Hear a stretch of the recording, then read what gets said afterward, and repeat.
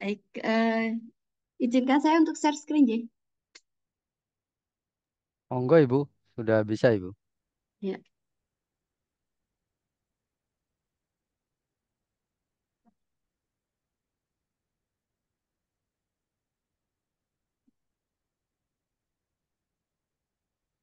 View.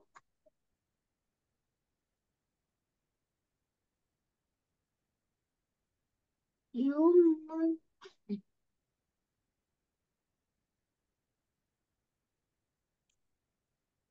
Baik, ini adalah rancangan tugas yang sudah ada di RPS. Jadi nanti Bapak dan Ibu bisa mendownload langsung ya di RPS-nya. Eh, Nanti waktu pengerjaannya kita buat 14 hari. Tapi 14 hari negotiable karena ada tiga dosen ya. Tiga dosen, jadi nanti at least sebelum ujian, ini kan berarti sudah tengah semester ya sebenarnya.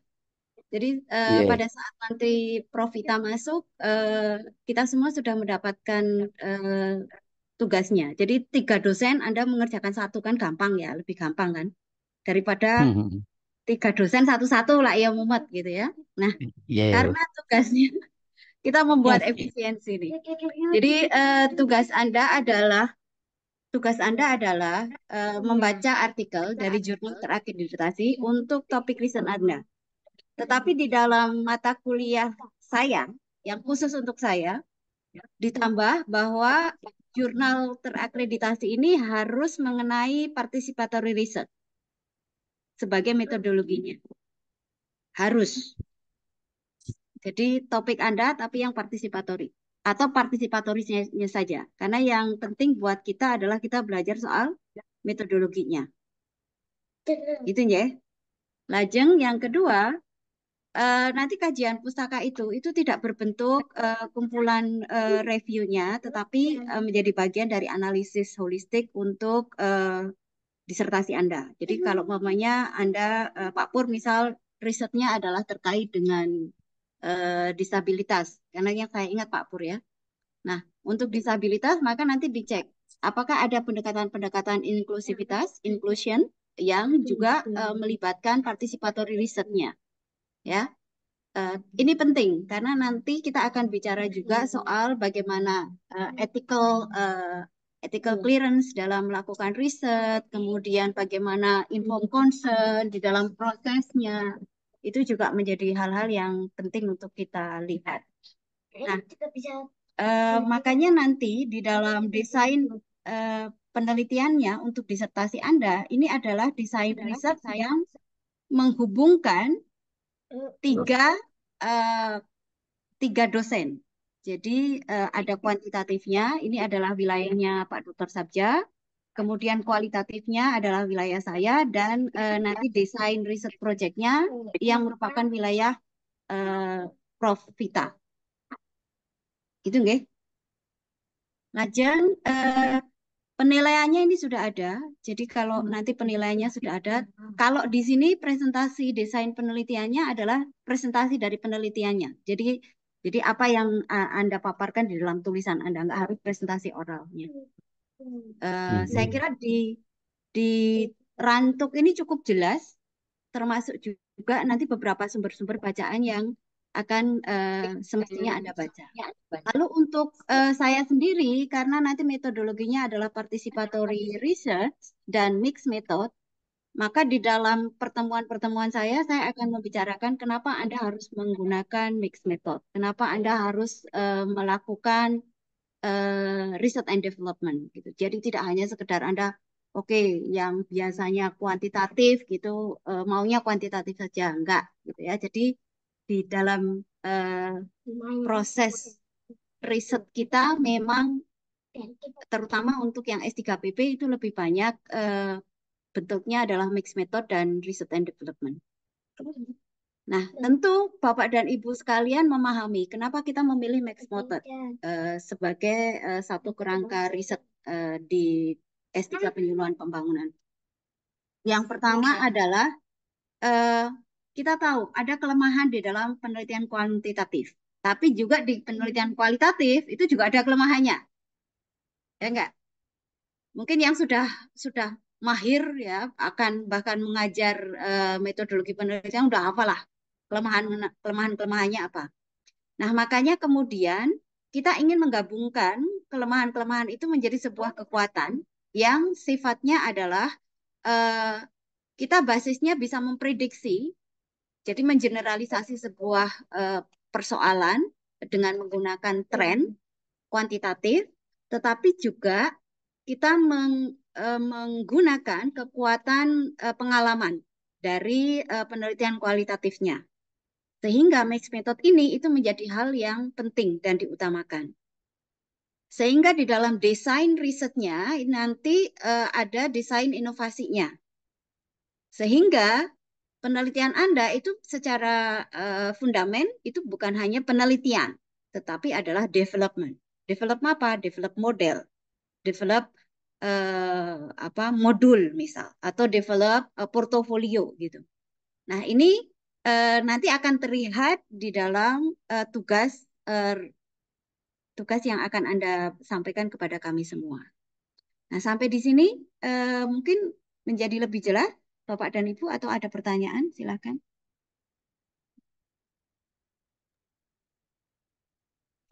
Jadi nanti untuk maaf Bu, saya saya mau Ya, konfirmasi aja. ya, Nanti tugas yang proposal itu kaitan dengan apa ya istilahnya topik dan kira-kira kan bisa untuk jadi gambaran mungkin dari kualitatif di kuantitatifkan gitu. Artinya apa dari satu variabel yang bersifat kualitatif nanti ditambah dengan variabel satu yang kira-kira variabel itu variabel terikat dari variabel kualitatif gitu Bu. ya, Artinya nanti gitu ya Bu ya. ya, Ya. betul. Jadi nanti di dalam desain riset Anda, ini cukup detail ya. Karena nanti di dalam desain riset Anda, itu kan Anda tidak hanya menyampaikan variabel-variabel yang kuantitatif, tapi juga Anda harus memasukkan eh, variabel kualitatifnya atau biasa disebut dimensi ya. Kalau yang kualitatif itu disebutnya dimensi. Nah, dimensi dan variabel ini sebenarnya kan diturunkan dari teori, ya enggak? Dari teori Anda kan? Misal Anda pakai teorinya tentang inclusivity dan juga herd belief model. Jadi orang nggak mau berubah membuka diri kalau dia eh, tidak dilibatkan soal kulturnya misalnya karena dia udah percaya banget yang namanya orang eh, disable gitu orang yang punya kelainan itu adalah hukuman dari Tuhan misal ya Pak Pur contohnya. Nah itu kan kita harus melihat di samping kenyataan lapang tapi juga dari teorinya. Teori health belief model itu kan menyatakan bahwa salah satunya orang mau berpindah, orang mau berubah kepercayaannya, orang mau berubah perilakunya kalau dia punya intention yang bagus yang mempertimbangkan soal kepercayaannya, ya kan? Sehingga kan orang harus tahu nih kepercayaan kepada orang-orang yang disabilitas seperti apa. Lalu digambarkan dimensinya seperti apa, dimensinya seperti apa. Nah, untuk yang penelitian kualitatif itu nanti Anda harus mempertemukan kira-kira variabel dimensi-dimensinya apa saja. Dan itu bisa berdasarkan dari empirical study Anda. Jadi kan Anda kan semua sudah punya pengalaman ya, ambil disertasi, judul disertasi itu kan pasti sudah, oke saya sudah biasa nggarap ini, saya sudah biasa nggarap ini gitu. Jadi pengalaman empiriknya kan udah bagus. Nah itu tinggal dimasukkan aja menjadi sebuah dimensi-dimensi riset. Oke? Tetapi kan paling tidak ketika Anda merumuskan latar belakang, ya kan, di bab satu itu loh, di latar belakang, kemudian rumusan masalah, sampai kemudian tujuan penelitiannya, itu kan tetap sama, ya enggak? Mau kuantitatif atau kualitatif kan tetap sama. Kenapa sih saya harus ngambil judul ini? Itu kan ada kepentingan tertentu gitu. Nah, makanya untuk mempermudah teman-teman, sebenarnya ini mempermudah loh ya. Anda itu diminta untuk membuat tugas 3 dosen menjadi satu tugas saja. Tapi bentuknya itu harus mixed method atau R&D. Jadi nanti kami yang menilai Misal kalau saya membaca punyanya Pak Pur gitu ya, saya cek aja dari apa latar belakang, kemudian kronologisnya, logical frameworknya seperti apa, theoretical frameworknya seperti apa, sampai kemudian rumusan kualitatifnya, desain kualitatifnya seperti apa. Gitu. Kalau Pak Dokter Sabja dia akan fokus ke kuantitatifnya. Nah, kalau Anda bisa mengerjakan ini, maka insya Allah proposal Anda itu sudah on the way, gitu ya, sudah in the right direction. Jadi sudah betul arahnya. Jadi Anda nggak usah bolak-balik, nanti waktu bertemu sama pembimbing-pembimbing yang lain, Anda tidak mengerjakan redo lagi, gitu. Tidak apa ya, mengerjakan hal-hal baru lagi, gitu. Nah, harapan kami begitu. Makanya ini rancangan tugas itu dibuat sedemikian rupa supaya membantu Anda di dalam semester ini itu minimal draft proposalnya sudah jadi. Oke ya?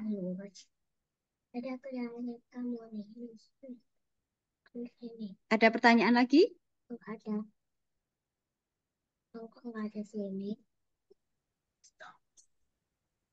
Ya, Bu, bukan pertanyaan tapi pernyataan. Berarti ini kami harus sudah lari kencang ini sepertinya Bu Aryani. Iya, Ya. memang tidak ada pilihan lain. Kita akan kita akan menyabet dari kanan dan kiri. Wah, siap. Ya kan? Kalau Katanya 3 tahun, oh, Pak. oh iya, kalau ketemu Bu Aryani awalnya memang pengen cepet-cepet lari memang ini rasanya Bu. Ya, Noten ya, nggak apa-apa ya. lebihnya lebihnya sepak bola ya harus lari toh. Iya. Ah, siap. Insya Allah kalau nanti ini di akhir ya, meskipun Anda nanti masih ada revisi-revisi gitu ya. Tetapi paling tidak revisinya tidak begitu berat. Siapapun nanti pembimbing Anda itu tidak begitu berat gitu loh. Paling-paling kan Anda hanya menyesuaikan. Kira-kira di latar belakang atau rumusan masalah Anda sudah make sense nggak? Sudah logis nggak gitu kan? Sudah sudah mending gitu loh. Tapi minimal kan Anda sudah menggunakan semua pengetahuan dari semester yang lalu sampai sekarang itu sudah ditaruh di dalam satu file untuk penulisan proposal. Harapannya itu. Karena kalau enggak pasti enggak bakalan nyanda. Nanti 3 tahun enggak nyanda. Tapi minimal karena ini pengalaman saya ya, pengalaman saya bimbing beberapa teman-teman itu ternyata tugasnya itu dibuat. Tugas waktu eh, apa metodologi penelitian ini dibuat. Tapi begitu dia masuk ke dalam apa pembimbingan, dia buat lagi. Waduh. Berarti kan mengulang kan? Oke. Berarti sudah kehilangan 1 semester atau 2 semester kan eman. Jadi kalau Mulai nol, saya mulai nol lagi. mulai nol lagi. Jadi saya merasa ini kan kita semua prosesnya proses belajar ya. Saya belajar menjadi pembimbing yang baik, yang memotivasi teman-teman supaya strategi studi Anda itu berhasil dalam waktu 3 tahun atau 4 tahun paling pol gitu ya. Dan alhamdulillahnya ya ini beberapa yang saya cek disertasi, karena kan saya menjadi ketua GKM ya di prodi kita. Jadi yang sekarang saya mulai cek untuk apa ujian disertasinya itu sudah mulai 3 tahun 3 tahun setengah itu udah selesai. Jadi progresnya bagus sekali gitu. Jadi tidak hanya 1 2 ya, ini sudah kali ke mungkin sudah 4 orang dari tahun 2020 yang sudah angkatan tahun 2020 yang sudah berhasil. Berarti kan hampir tahun keempat kan? Oke, jadi optimis ya semuanya. Siap, Bu. Siap Bu, Ya, Insya pokoknya jangan Allah. dianggap susah, jangan dianggap berat ya Pak Malik. Ini kalau Ya, dianggap berat siap. nanti susah. Oh ini kelasnya kelas anu ini kelas LPDP semua ya wis. Jos pokok meneh gini. Nanti daripada Anda dikejar-kejar LPDP mendingan saya yang ngejar-ngejar aja lah. Gitu ya. Iya, Saya siap, Bu. saya apian jari ini. Oke, kita masuk ke kuliah kita. Izinkan saya untuk share screen berikutnya. Ini adalah file terkait dengan bagaimana kita memulai penelitian kualitatif. Nah, Sebelum saya mulai di sini, saya ingin bertanya, kira-kira teman-teman yang sudah biasa kuantitatif, terus kualitatif itu asing, gitu, itu siapa? Jadi supaya saya tahu, kalau yang sudah ahli-ahli nggak saya tanyain. Saya Bu, saya Saya belum tuh pernah Bu. Iya, Siapa saya saja juga ya? belum Kasih pernah emoticon ya, biar kualitatif. saya lihat ya. Bu. Kasih Yang saya emoticon ya, biar yang saya saya tahu. yang saya tahu kualitatif itu lebih cepat selesai Bu daripada kuantitatif. Oh, enggak benar ya, Pak. Nanti susah. Lebih lama analisisnya. Yang susah di dalam kualitatif itu sebenarnya adalah proses untuk ketika Anda sudah cari data. Dan biasanya kebanyakan orang-orang hilang sesudah nyari data. Makanya saya ingin sejak awal eh, kita ngajarin soal penelitian kualitatif dan kita aware. Apa ya? Kita menjadi sadar kira-kira titik kritisnya ada di mana. Sehingga Anda nanti bisa tahu, oh ya, kalau ini titik kritis berarti saya jangan melakukan itu gitu. Minimal saya punya strategi gimana caranya menghindari. Saya merasa itu jauh lebih penting daripada saya ngajarin soal penelitian kualitatif yang lebih teoritis. Karena udah ada banyak buku-bukunya ya. Jadi saya nggak mau kalau soal buku Anda baca sendiri dah gitu ya. Gitu ya. Hanya ini siapa coba yang teman-teman yang biasa kuantitatif dan belum pernah atau jarang kualitatif untuk memberikan emotikonnya supaya saya bisa lihat siapa saja. Oke, Bu Mulyanti, siapa lagi? Oke, saya simpan di kepala saya. Jadi nanti saya kasih apa namanya banyak contoh untuk Bu Mulyanti. Yang lainnya, teman-teman? Ntar Bu, saya juga nyari Siapa ini? emotikonnya. Saya Yulistiana juga. Bu. Bu Fenty, Saya Yulistiana. juga Ibu. Bu Citra. Oke, ini yang Iya. kayaknya yang kebidanan-kebidanan ya, Iya. Iya perawat ya. Bu. Iya, kebidanan. Oke, oke siap. Terima kasih. Berarti izinkan saya nanti untuk teman-teman yang biasa kualitatif, saya mengambil banyak contoh dari kesehatan ya.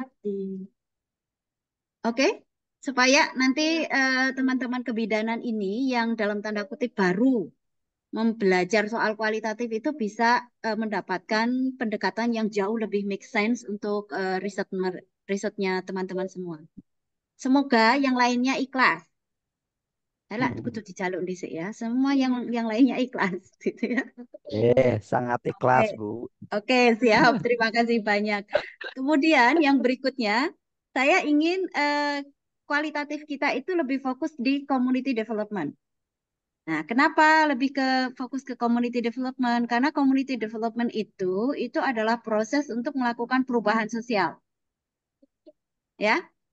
Dan ini yang akan menjadi hal yang berbeda karakternya dibanding penelitian-penelitian kualitatif biasa.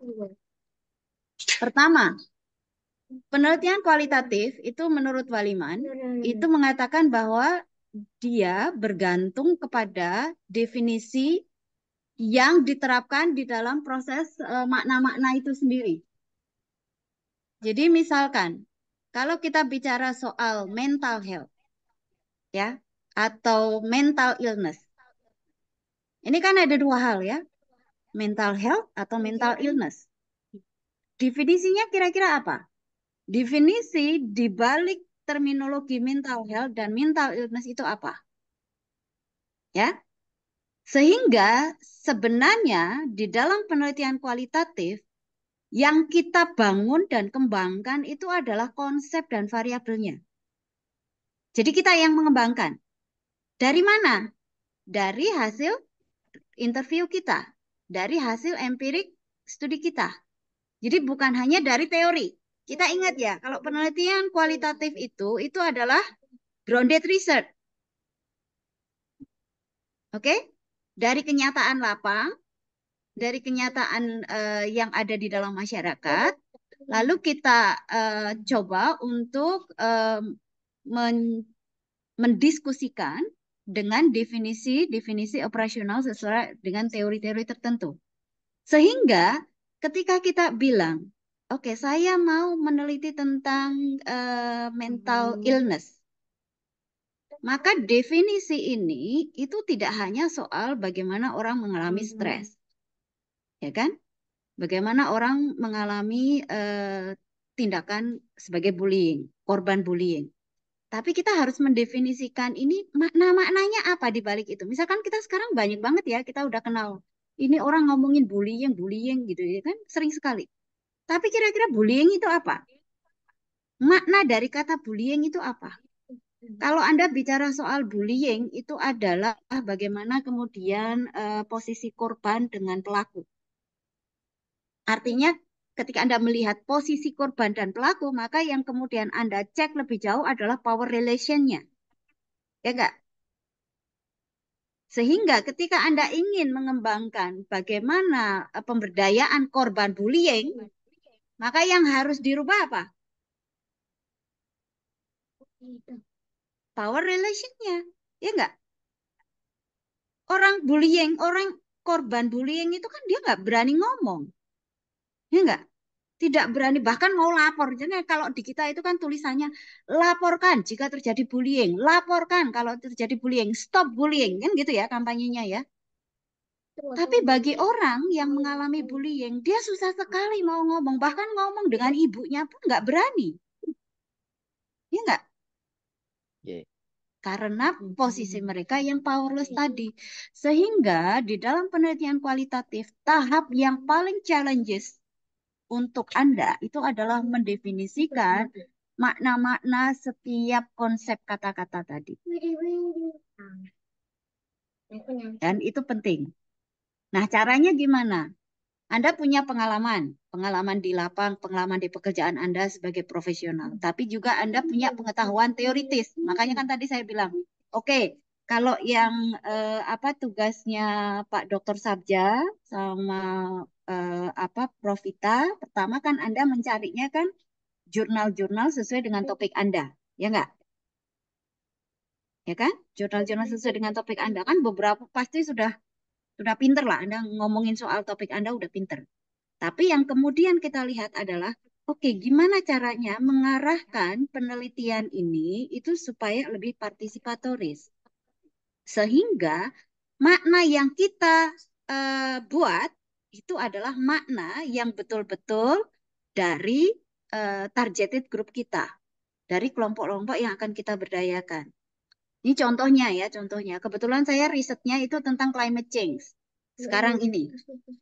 Ketika saya tanya dengan mereka, dengan orang-orang yang tinggal di pesisir, saya tanya, Pak, ini sudah ada perubahan iklim belum, Pak? Wah, kalau kami melihat itu ya, kami nggak pernah dengar itu yang namanya perubahan iklim. Kalau kami melihat yang terjadi itu salah mongso, Mbak. Apakah kemudian secara konsep by definition ya, jadi kan kita akademik nih, akademisi ya, kita kemudian bilang oke, perubahan iklim adalah salah mongso. Kan tidak hanya itu, ya enggak? Kan kita harus cari kan makna di balik kata perubahan iklim, makna di balik kata salah mongso.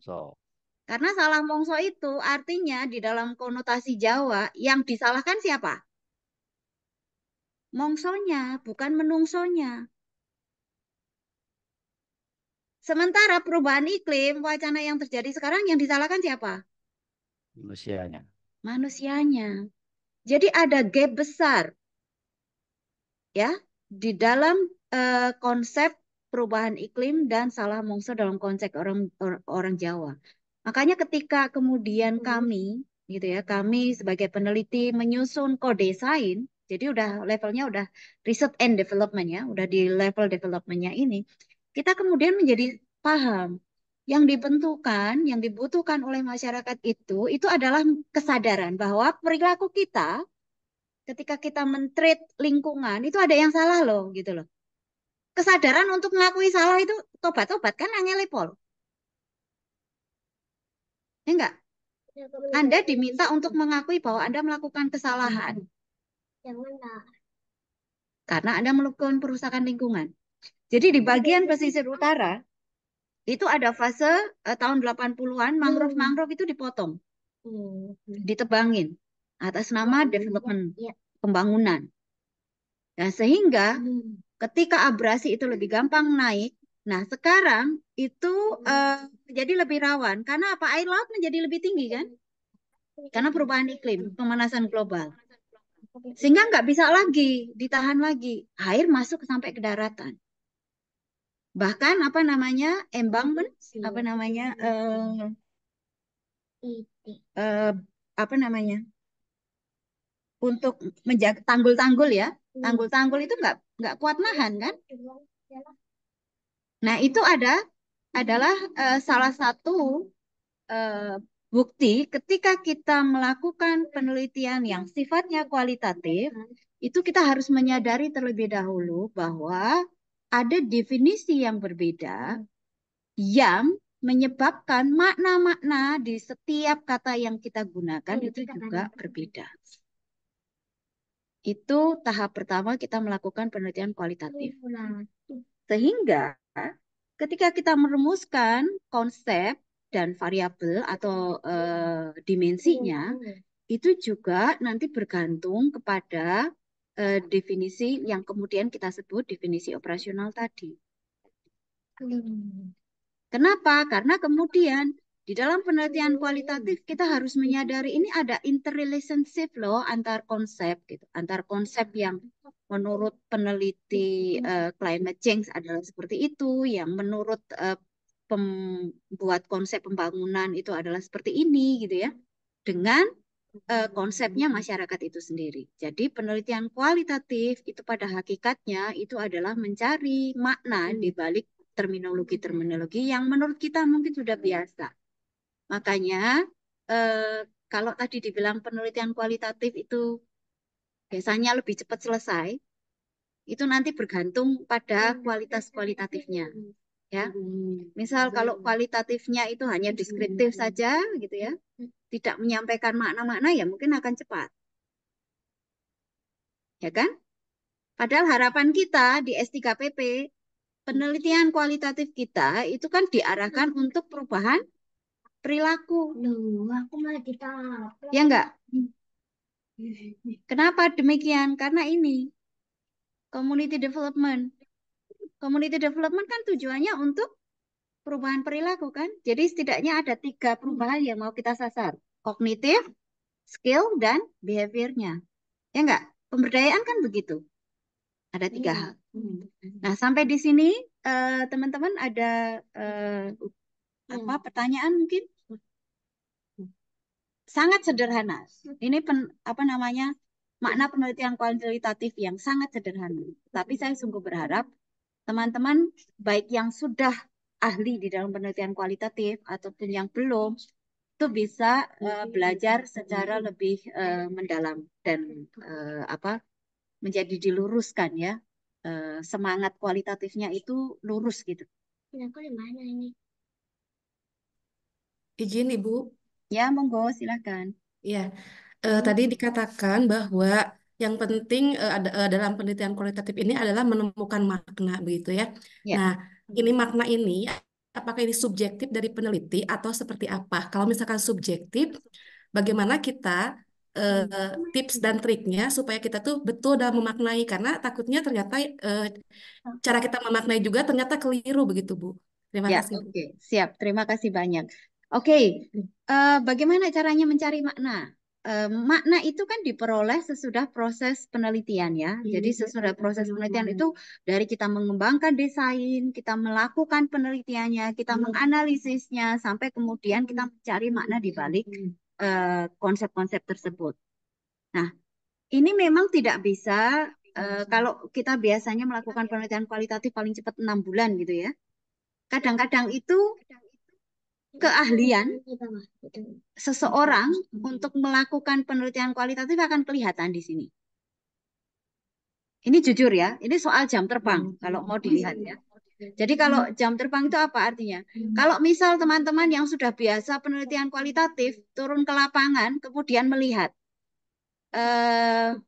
ini saya cerita soal profesor saya saja ya, supaya Anda tahu gimana caranya.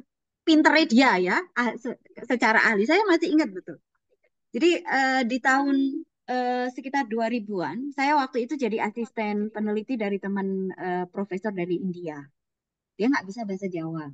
Dia minta saya untuk mengantar ke desa-desa di Jawa, di daerah Semarang.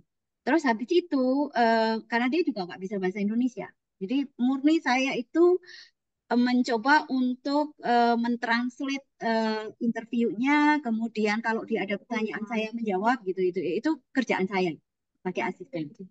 Lalu ketika kami di sebuah desa di Jawa, disitulah kemudian apa namanya ada satu desa di mana wirawiri ya, mbak-mbak gitu ya, ada mbak-mbak yang dari desa itu pakai celana panjang dan naik motor. Jadi keluar masuk gitu. Mungkin sampai 3 kali dia lewat di depan kami. Terus habis itu profesor saya bilang, oke Yani, tolong tanyakan ke gadis itu. Kebetulan gadis itu dia berhenti gitu, berhenti terus kita datang. Terus profesor saya tanya, kamu sudah berapa lama naik motor? Tanyainnya gitu.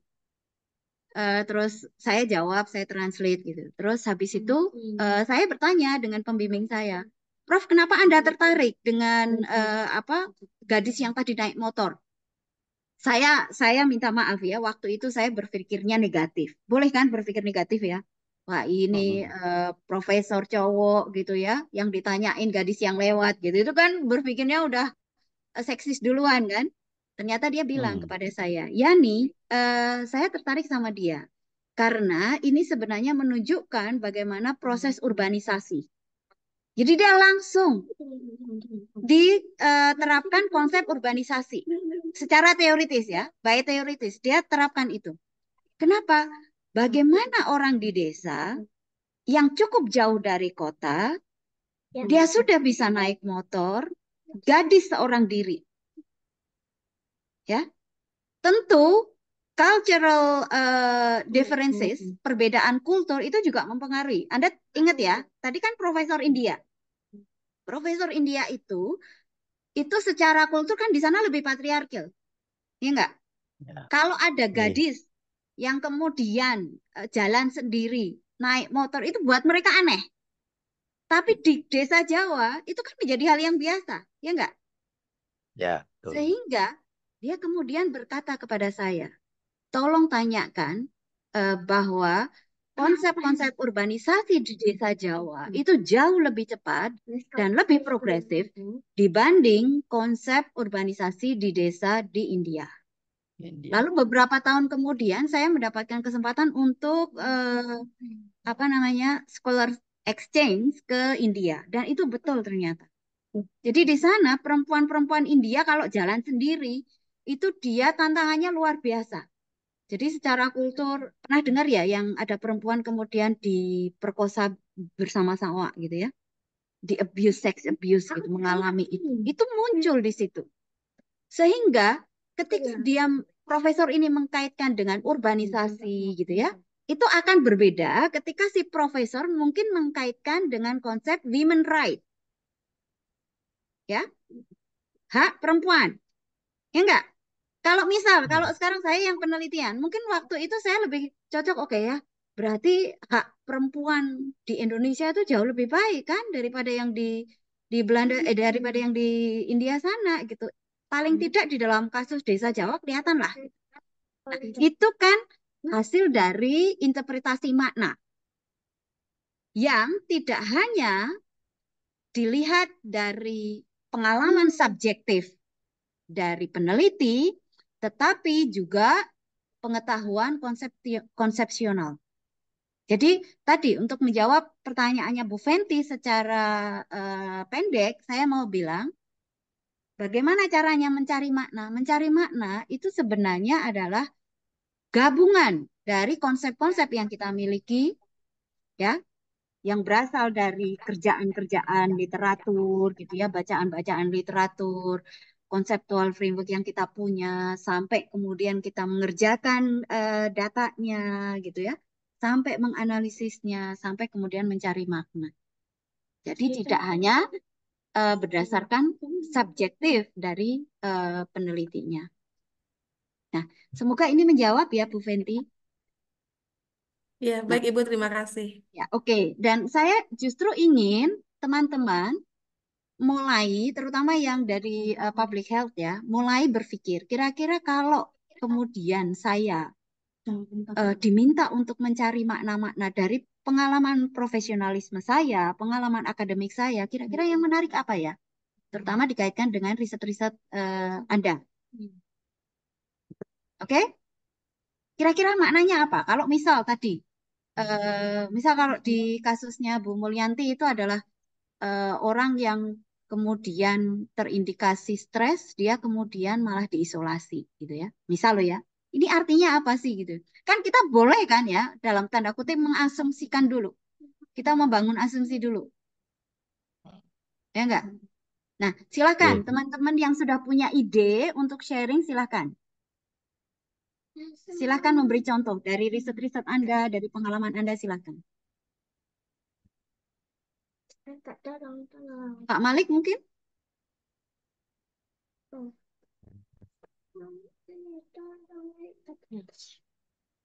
Belum, Ibu. Belum. Ini dari pengalaman riset Belum. yang kemarin-kemarin boleh loh Pak Malik. Ye. Minim pengalaman, Bu. Jadi belum ada. Gitu loh sebenarnya. Oke, yang lainnya monggo.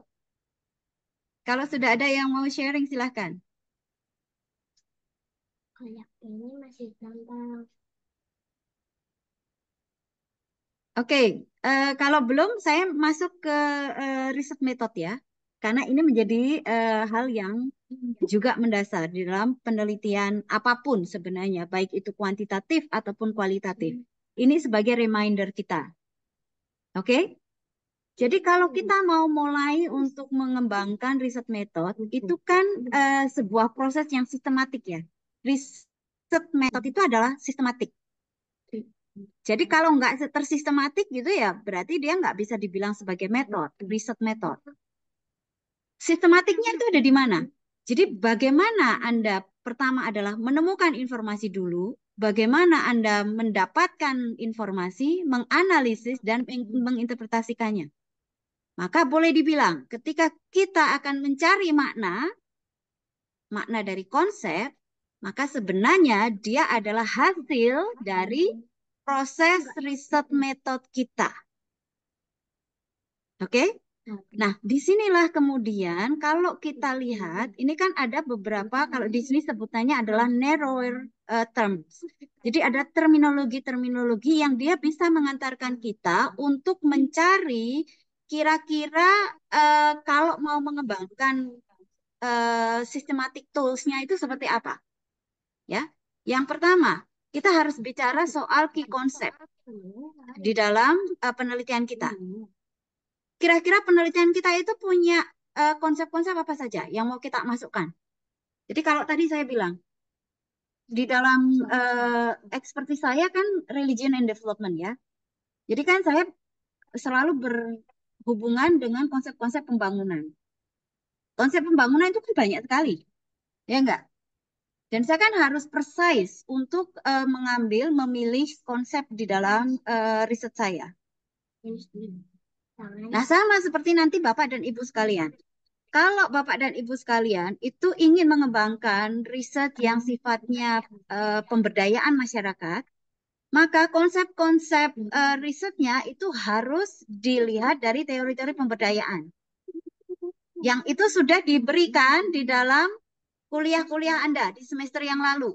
Jadi ingat-ingat lagi, oh kira-kira konsepnya apa aja gitu ya.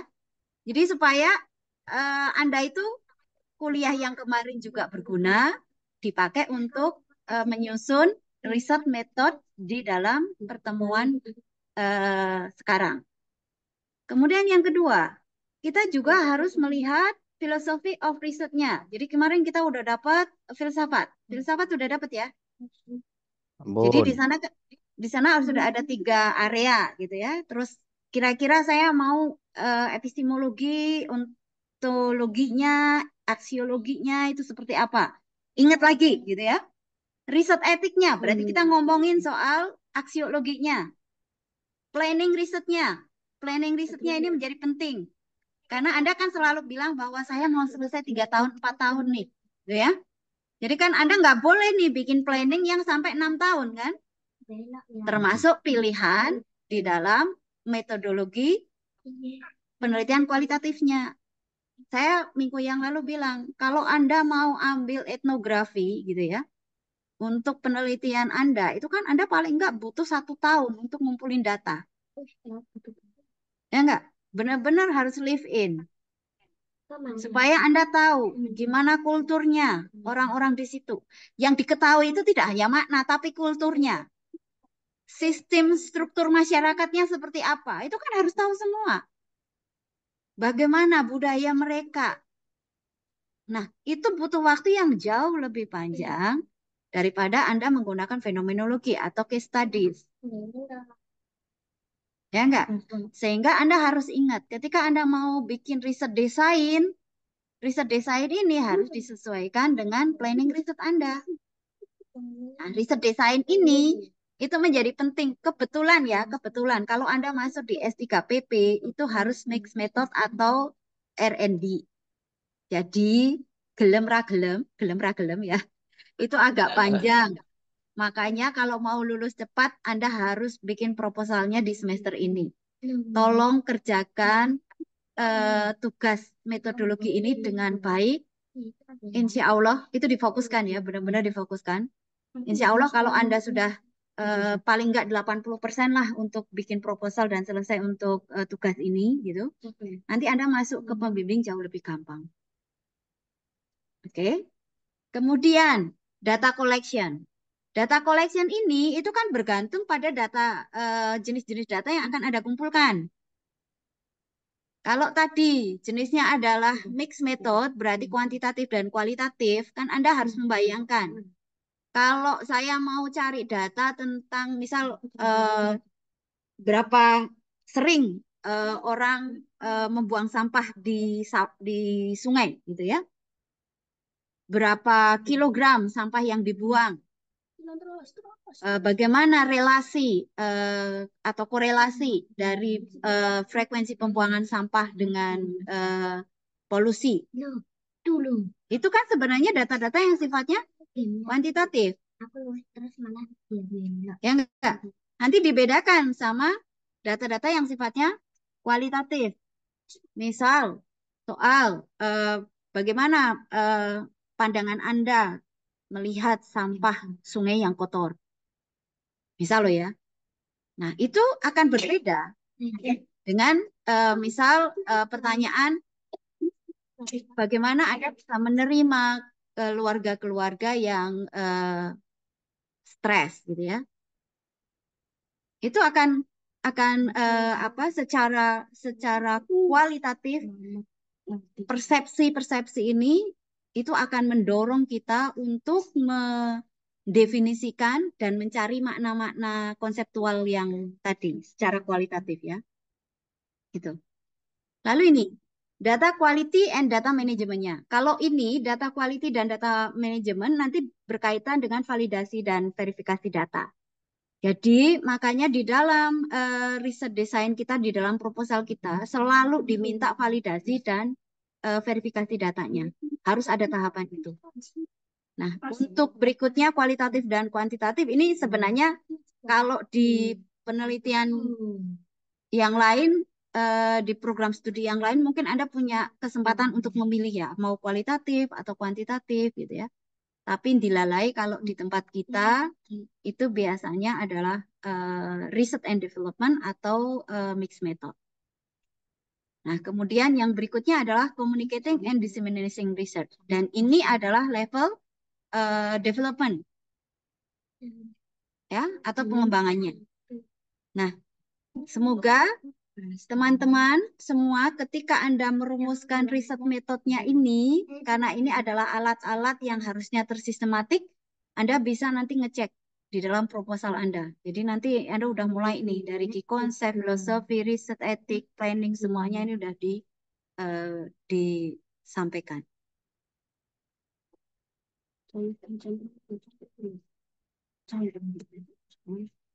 Ini nggak bisa berubah, mau gerak. Sebentar.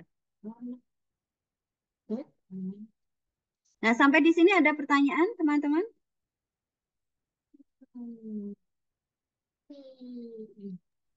Bu Haryani, Oke, silakan. nggih. Saya kan rencana penelitian terkait dengan perdarahan, Ibu.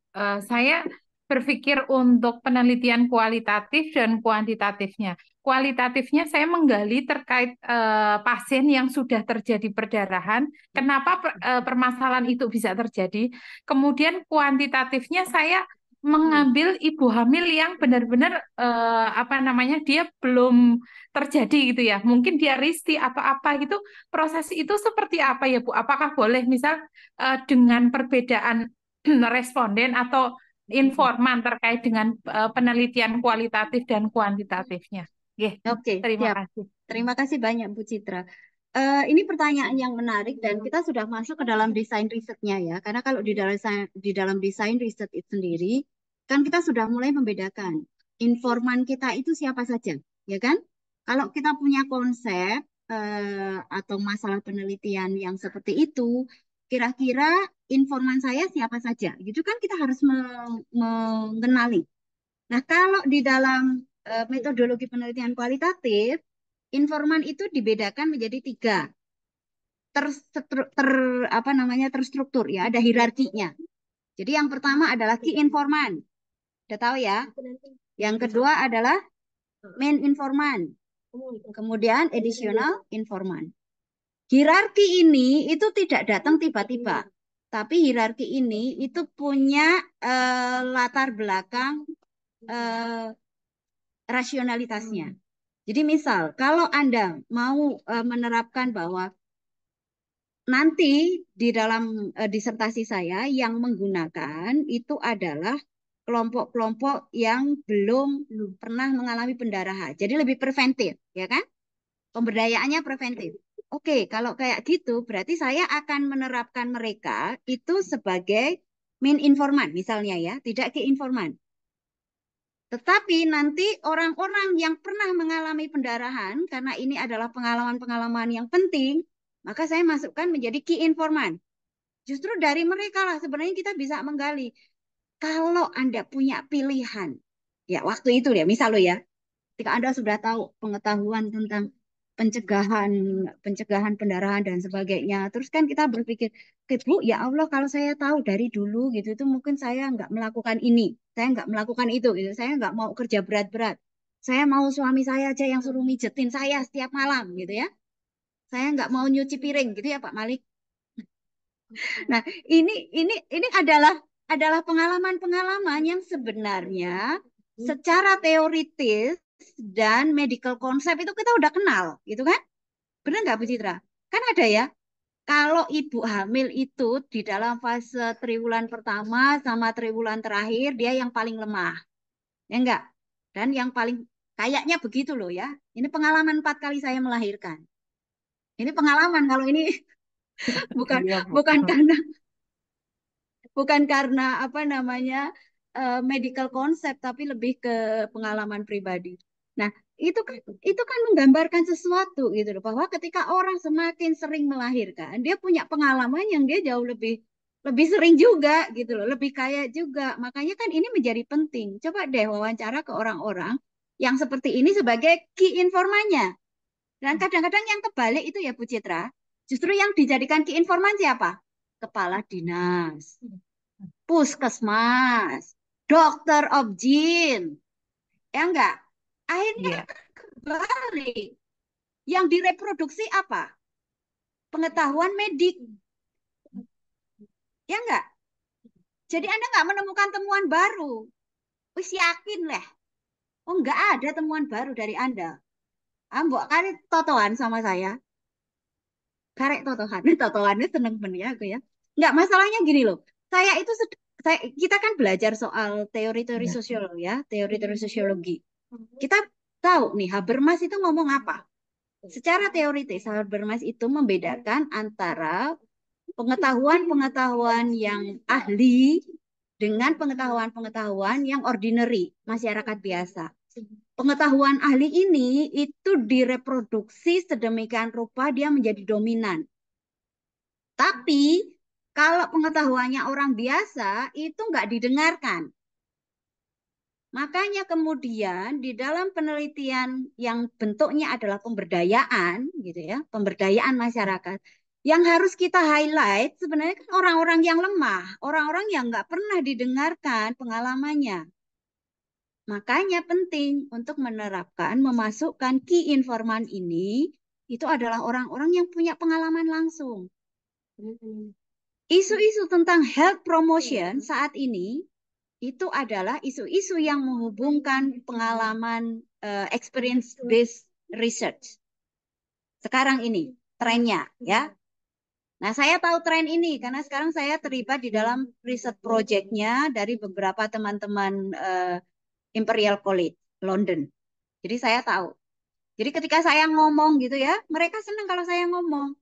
Karena saya memberi pengalaman grassroots, pengalaman orang-orang lokal yang berbeda sekali dengan pengalamannya orang-orang ahli, orang-orang kesehatan, orang-orang pemerintah gitu.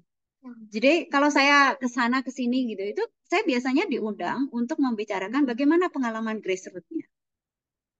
Nah, untung saya di situ. Jadi sekarang kalau teman-teman mau jadi ahli gitu ya, ya nanti tolong dicek pengalaman lokalnya tadi, pengalaman grassroots-nya, ya, Bu Citra. Dan ini catatan untuk teman-teman yang lain semuanya.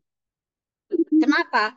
Karena pengetahuan itu sebenarnya berasal pengetahuan yang origin yang benar-benar alamiah itu sebenarnya kan dari pengalaman manusia sendiri. Hari ini kita ngomongin climate change, ya enggak? Tapi yang mengalami itu siapa? Masyarakat kan? Dia nggak cuma ngomong, tapi dia sudah mengusahakan beradaptasi, bahkan melakukan mitigasi yang kira-kira cocok. Makanya sekarang penelitian yang sifatnya climate change itu harus berdasarkan experiences based. Nah, saya cukup beruntung karena S2 saya antropologi, S3 saya discourse analysis. Sehingga begitu kita ngomongin soal apa experiences based dan discourse analysis, ya buat saya nggak kaget dengan hal-hal yang kayak gitu gitu. Nah, monggo silahkan nanti teman-teman, terutama yang awal-awal ya, Anda nggak perlu sampai nanti discourse analisis, nggak usah sampai sana gitu ya. Tapi minimal Anda harus tahu kenapa saya harus memilih pengalaman orang-orang itu menjadi key informan saya. Karena saya mau mendengarkan mereka loh, gitu. Sederhananya itu, gitu ya. Itu catatan saya, Bu Citra. Semoga ini mengubah banyak hal dari teman-teman juga. Oke, terima kasih Bu Haryani.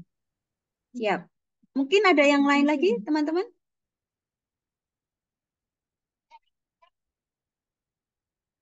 Kalau tidak ada, kita masuk di slide berikutnya. Ini slide yang sebenarnya biasa banget gitu ya. Aku asini meh nerangno tak cek lagi gitu ya ampun aku nggawe ini elik banget ya gitu ya. Maksudnya bukan kelasnya dosen doktor gitu ya. Tapi ya nggak apa-apa karena ini buat saya itu menjadi highlight dari konsep hakikat penelitian community development, pemberdayaan masyarakat. Jadi di dalam sifat meneliti itu yang pertama itu kan kita ingin tahu selain ada motif untuk biar cepat lulus, dapat degree dan sebagainya gitu ya. Dan keingintahuan ini itu kan sebenarnya dikaitkan dengan kemampuan alamiah manusia untuk menghubung-hubungkan, melakukan penalaran. Nek umpamane suwi terlalu panas gitu, itu ini atau anginnya sore hari itu angin udah mulai cepat, habis ini hujan nih. Kan orang-orang kan gitu. Apa namanya? Proses untuk menandai alam itu kan sebenarnya dilakukan dengan proses penalaran yang terus-menerus gitu ya. Dan itu sebenarnya bagian dari meneliti. Tapi yang kemudian menarik adalah di dalam konsep pemberdayaan masyarakat, kita itu ada tendensi untuk melakukan perubahan sosial.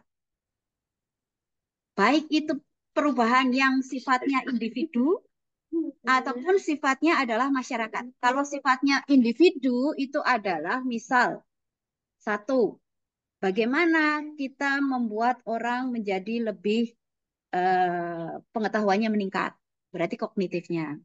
Gimana caranya membuat orang menjadi lebih sadar kalau air yang kotor, yang tergenang, dia akan menghasilkan bibit penyakit. Gitu. Itu kan kesadaran. Gitu ya. Kemudian yang kedua, kita juga ingin merubah bagaimana skill orang. Misal, oh ternyata orang itu kalau punya pengetahuan yang baik dan diberi dengan keterampilan, misal dengan keterampilan pengetahuan ataupun keterampilan membuat kue misal ya, maka dia kemudian lebih tahan untuk tidak menjadi korban kekerasan seksual misal. Kan itu sudah ada ya. Jadi pemberdayaan ekonomi dihubungkan dengan kekerasan seksual. Jadi kalau ekonominya menjadi lebih kuat, maka dia menjadi lebih tahan atau dia lebih resilience kalau menghadapi kekerasan di dalam rumah tangga.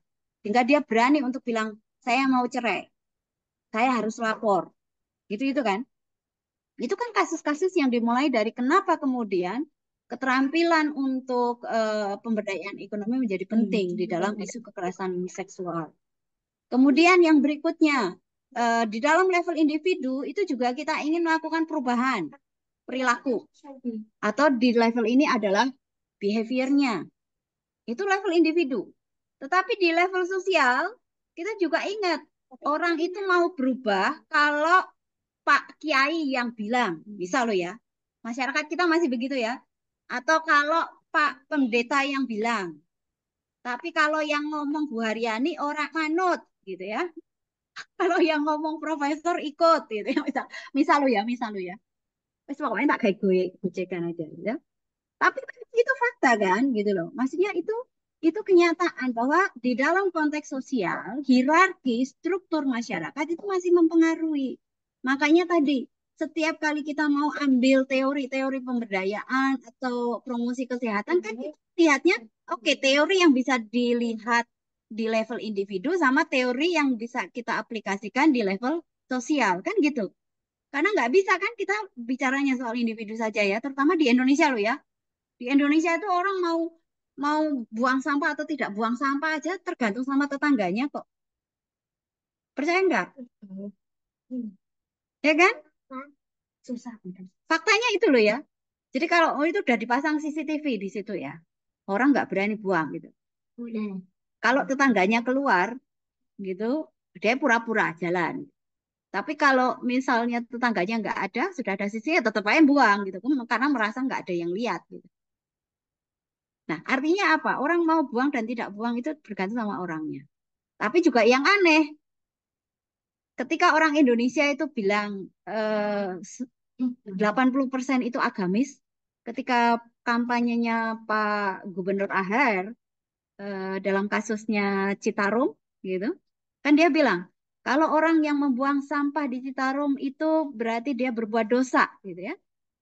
Fatwa gubernur itu tidak manjur, orang tetap aja buang sampah, gitu kan? Kan buat kita yang orang dari peneliti sosial kan kemudian menjadi sadar, oke, beda nggak ya kalau yang ngomong misal Pak Kiai aja, jangan gubernur akhirnya, karena dia udah ngomongin di ranah agama, kan gitu, gitu. Nah, logika-logika itu ternyata juga sama di dalam kepala masyarakat kita. Makanya kemudian ketika tadi kita bicara soal penelitian kualitatif itu apa? Ya sebenarnya hakikatnya kita cuma mencari makna gitu. Kalau sudah tahu maknanya udah selesai riset Anda. Gampangannya gitu. Makanya tadi kalau kita mau cek apakah perubahan yang kita kemudian inisiatifkan itu bersifat progresif ataupun bahkan kemunduran itu seperti apa? Bentuk peran peneliti itu seperti apa? Nah, makanya ini menurut saya ya, ini menjadi hal-hal yang catatan penting di dalam kualitatif riset untuk pemberdayaan masyarakat. Apalagi sekarang di teman-teman di health promotion di UK dan di Amerika, itu mereka sedang getol untuk merumuskan isu-isu terkait dengan etik. Ya, jadi ini akan menjadi ruang yang menarik nanti untuk teman-teman semua. Jadi misal loh ya, kalau teman-teman melihat, kalau saya sudah bikin riset untuk kelompok yang, misal yang kelompok tadi ya, mental illness gitu ya. Gimana caranya saya merumuskan ethic clearance-nya gitu ya. Ethic clearance yang Anda rumuskan itu bisa didiskusikan menjadi salah satu temuan dan bisa dipublish di jurnal bioetik. Nah, hal-hal seperti ini itu sekarang menjadi tren riset baru. Kalau kemarin kan kita menganggap bahwa ethical clearance itu sebagai sebuah prosedural, ya nggak? Dan sekarang tidak lagi. Makanya kemudian ini menjadi ruang barulah teman-teman untuk melihat ini menjadi lebih jelas lagi, karena pemberdayaan masyarakat itu tidak bisa lepas dari partisipatorinya. Harus melibatkan kelompok-kelompok yang rentan tadi. Nah, sampai di sini teman-teman ada pertanyaan? Ada refleksi, silakan. Biar sama-sama belajar.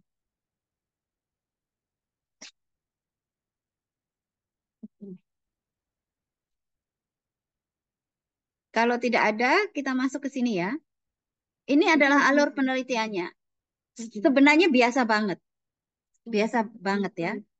Yang pertama itu adalah kita mulai dengan penasaran. Oke, kalau dulu riset saya yang paling sederhana itu saya mulai dari mengapa sih orang yang sudah tahu air itu tercemar masih digunakan untuk berwudu. Itu disertasi saya. Kemudian yang berikutnya sekarang saya melihat mengapa orang yang terkena dampak dari perubahan iklim setiap tahun kebanjiran gitu, mereka masih mau bertahan di situ. Ada nggak pikiran mereka untuk berpindah? Kira-kira kalau mau dipindah, desain seperti apa yang harus kita rumuskan? Nah, itu pertanyaan penasaran yang bikin penasaran. Tentu ada konflik diri berikutnya. Konflik dirinya seperti apa? Misal kalau kemudian saya tinggal di daerah-daerah pesisir, kemudian saya tahu daerah-daerah itu berbahaya. Saya selalu berpikir, oke, apakah kemudian ketika saya bikin riset dan saya harus live in, saya mengikhlaskan diri saya gitu itu berada dalam kondisi rawan tersebut. Apakah orang-orang di sana itu tidak merasa bahwa tinggal di situ ada daerah rawan? Ya kan? Vulnerable sama resiliensi dua hal yang berbeda kan, teman-teman? Konsepnya beda jauh gitu loh. Resiliensi itu karena kepepet terus akhirnya tinggal terus dia bikin resilient. Ya enggak? Gimana caranya bertahan hidup? Tapi kalau vulnerable ya memang dia tinggal di daerah rawan. Hanya konsep rawannya itu seperti apa? Di dalam definisi Hazard itu ada hitungannya kan? Kerawanan itu ada hitungannya kan? Gitu. Itu kalau kita mau bicara soal nanti konsep-konsep. Makanya kemudian ketika kita sudah bisa merumuskan 1 dan 2, kita harus masuk ke dalam konsep-konsep. Di mana kita dapetin konsep? Dari pengetahuan bacaan kita. Makanya semakin sering kita membaca dari topik-topik yang relevan dengan riset kita, semakin kita digiring pada satu general konsep yang sudah dibangun dan dikembangkan oleh saintis-saintis yang lain. Maka kemudian yang keempat ini menurut saya menjadi penting untuk area kita. Gimana caranya penelitian itu memperoleh kebenaran ilmiah dan bisa dilakukan sebagai upaya untuk melakukan perubahan sosial. Kalau kita hanya berhenti di dalam riset saja, maka kan kita hanya mendapatkan kebenaran ilmiah, ya enggak? Publish jurnal selesai. Tetapi kalau kita masuk ke dalam arena pemberdayaan masyarakat, maka suka atau tidak suka kita harus mampu menciptakan satu desain atau model-model yang diarahkan untuk perubahan sosial. Dan itu tantangan kita. Makanya kemudian karena waktu kuliah kita itu terbatas 3-4 tahun, maka sekarang model-model research and development itu juga berkembang. Ya, Anda nggak perlu sampai desainnya, tapi Anda hanya bisa, oke lah, karena saya waktunya pendek, saya hanya sampai di kodesainnya aja, misal ya, kodesain untuk satu tema, untuk policy, untuk kebijakannya, kodesain untuk pemberdayaan perempuannya, hanya sampai di situ, nggak sampai di desainnya, nggak apa-apa gitu loh. Itu pilihan-pilihan yang didasarkan pada keterbatasan riset kita tadi. Nah, kita masuk ke dalam ciri prosedur stimulus. Stimulus tadi itu kan sebenarnya kan stimulus yang kita kembangkan untuk menyusun riset metode yang secara sistematik toolsnya itu harus dikembangkan.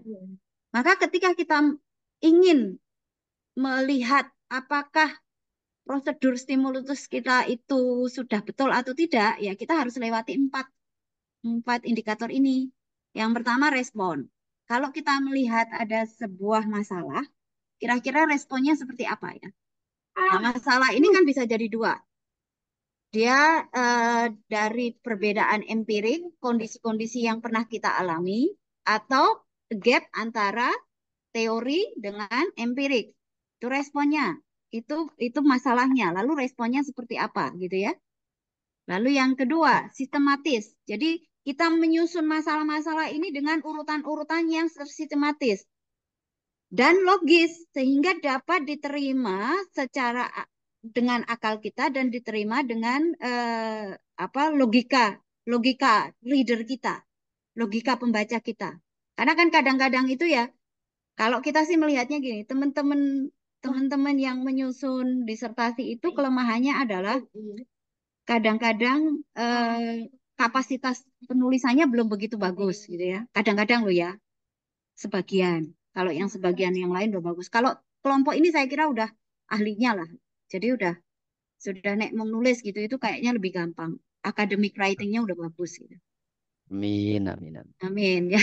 Jadi makanya kadang-kadang saya merasa bahwa gini, teman-teman meskipun sudah di level ini ya, tidak salah kalau Anda cek lagi academic writing-nya.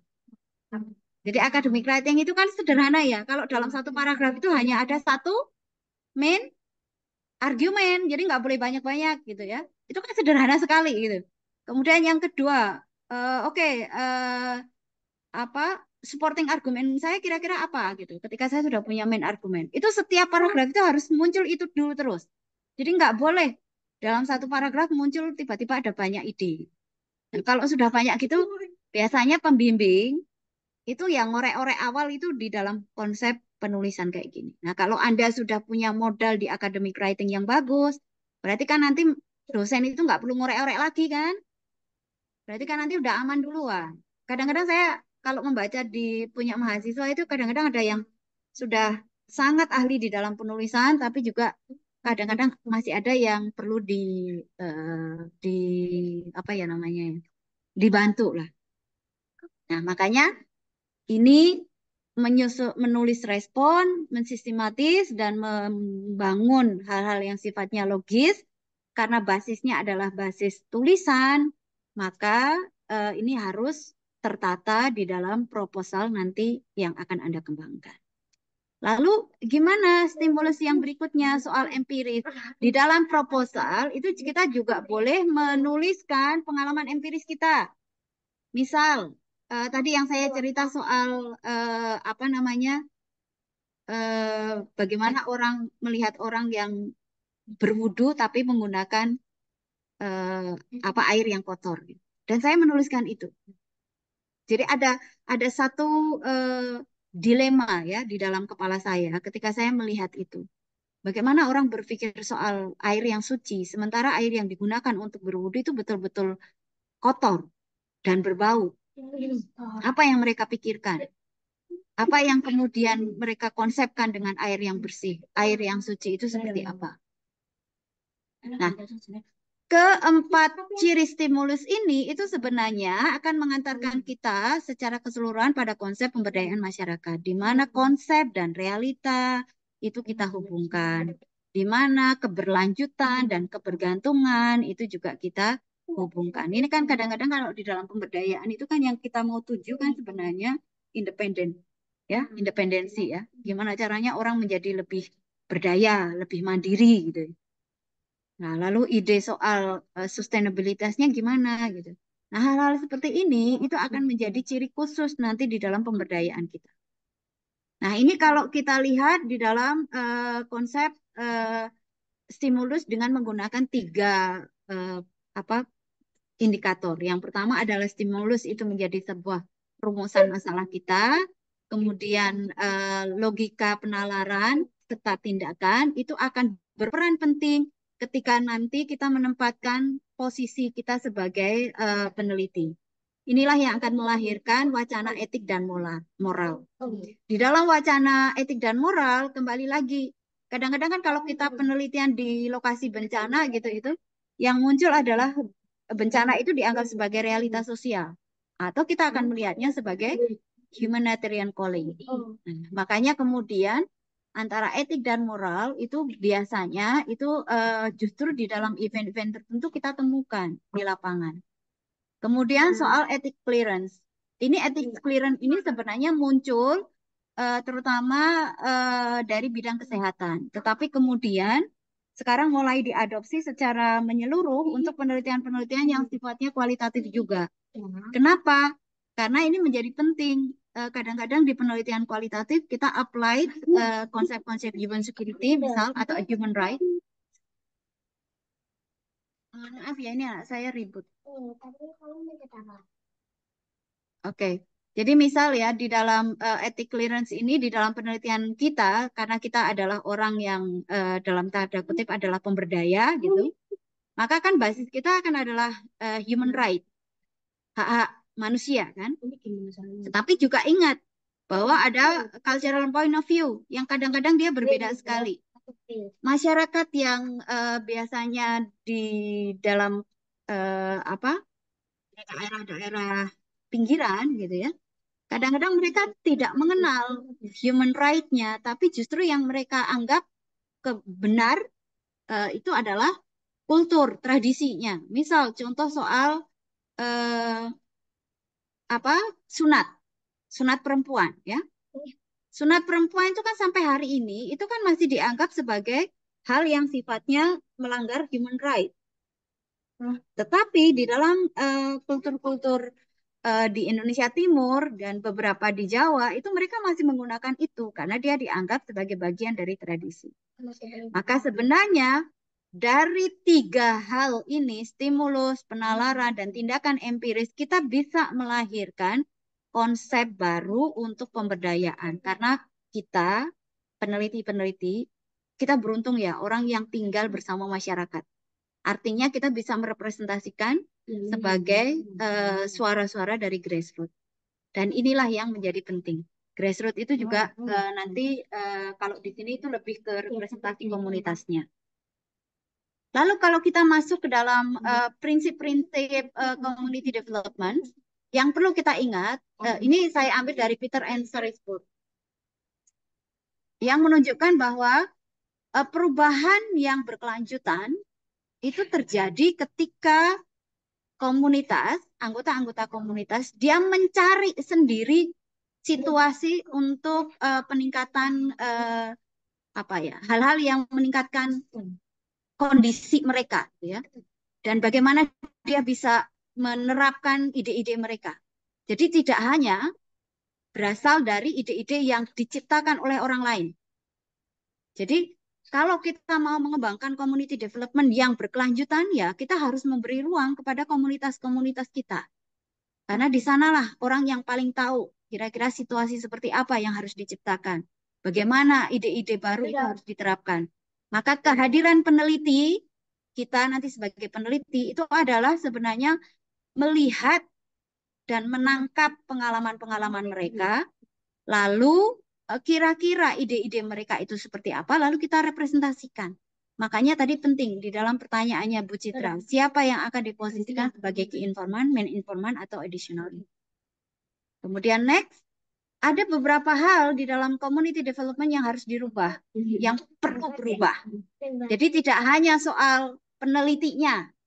Kalau kita kan tadi yang kita omongkan selalu partisipannya saja ya. Targeted group kita kan, targeted komunitas kita kan. Tetapi di dalam Peter and Sarisburg itu menerangkan bahwa yang lebih penting itu sebenarnya adalah yang harus berubah itu juga penelitinya sendiri. Supaya kita sadar bahwa kadang-kadang ada masalah loh dengan apa cara pandang peneliti. Nah, ini hal-hal yang perlu kita timbangkan. Ini tugasnya tadi saya sudah sampaikan seperti yang ada di dalam rancangan tugas. Nah, oke, sampai di sini ada pertanyaan teman-teman. Silahkan sebelum kita masuk ke dalam jenis-jenis data. Ya, Mas ini.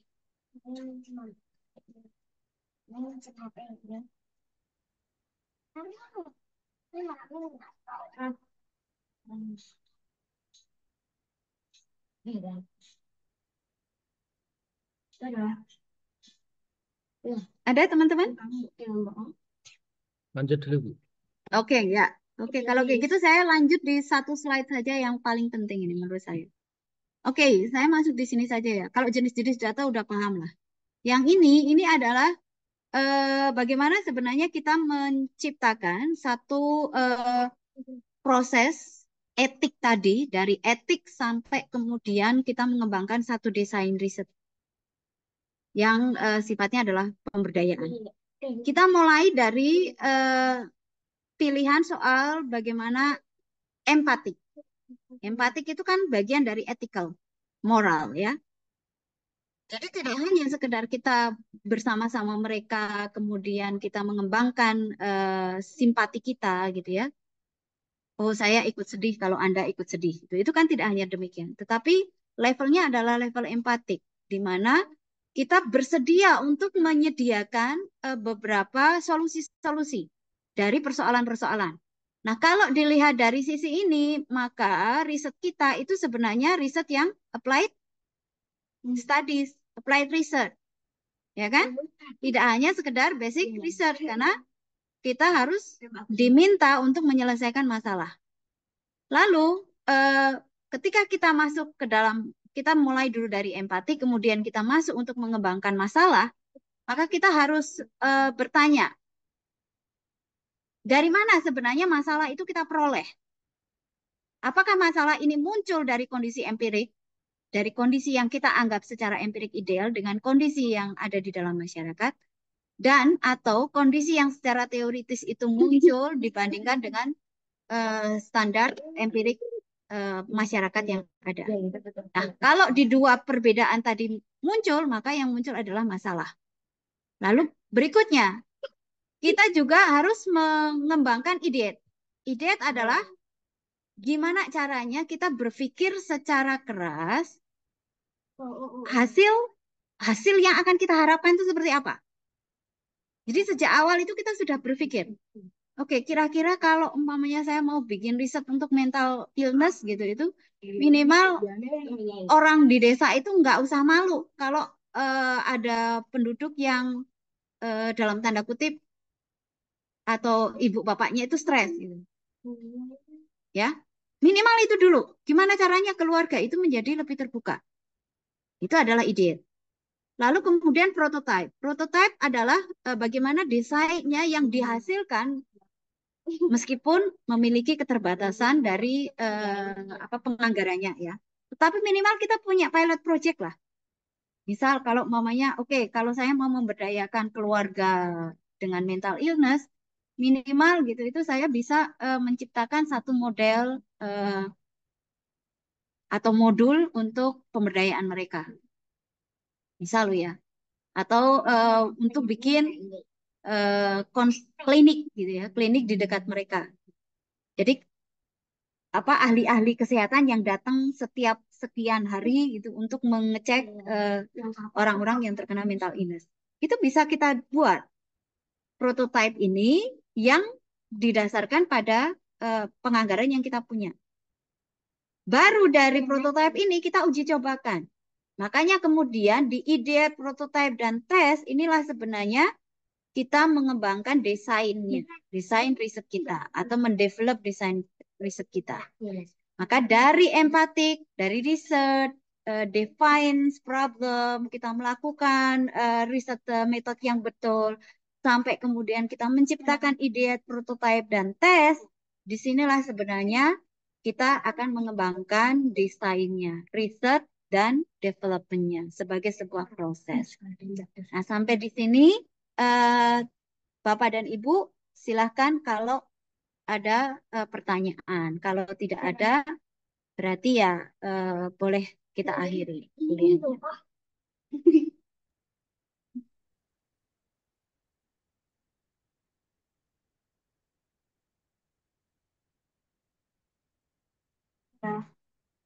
Ampun ya, tidak ada ya. Iya, Bu. Maturun, Bu. Oke, ya oke. Kalau tidak ada, saya terima kasih kembali atas perhatiannya dan saya minta teman-teman untuk mengerjakan tugas dengan sebaik-baiknya. Jadi tidak hanya untuk nilai, tetapi untuk kemajuan riset Anda sendiri, proposal Anda sendiri. Saya Siap, Bu. kira itu saja yang bisa saya sampaikan. Matur nuwun. Wassalamualaikum warahmatullahi wabarakatuh. Waalaikumsalam Waalaikumsalam Waalaikumsalam warahmatullahi warahmatullahi wabarakatuh. wabarakatuh. Terima kasih, Terima Bu. kasih. Terima kasih, Bu. Ya, siap.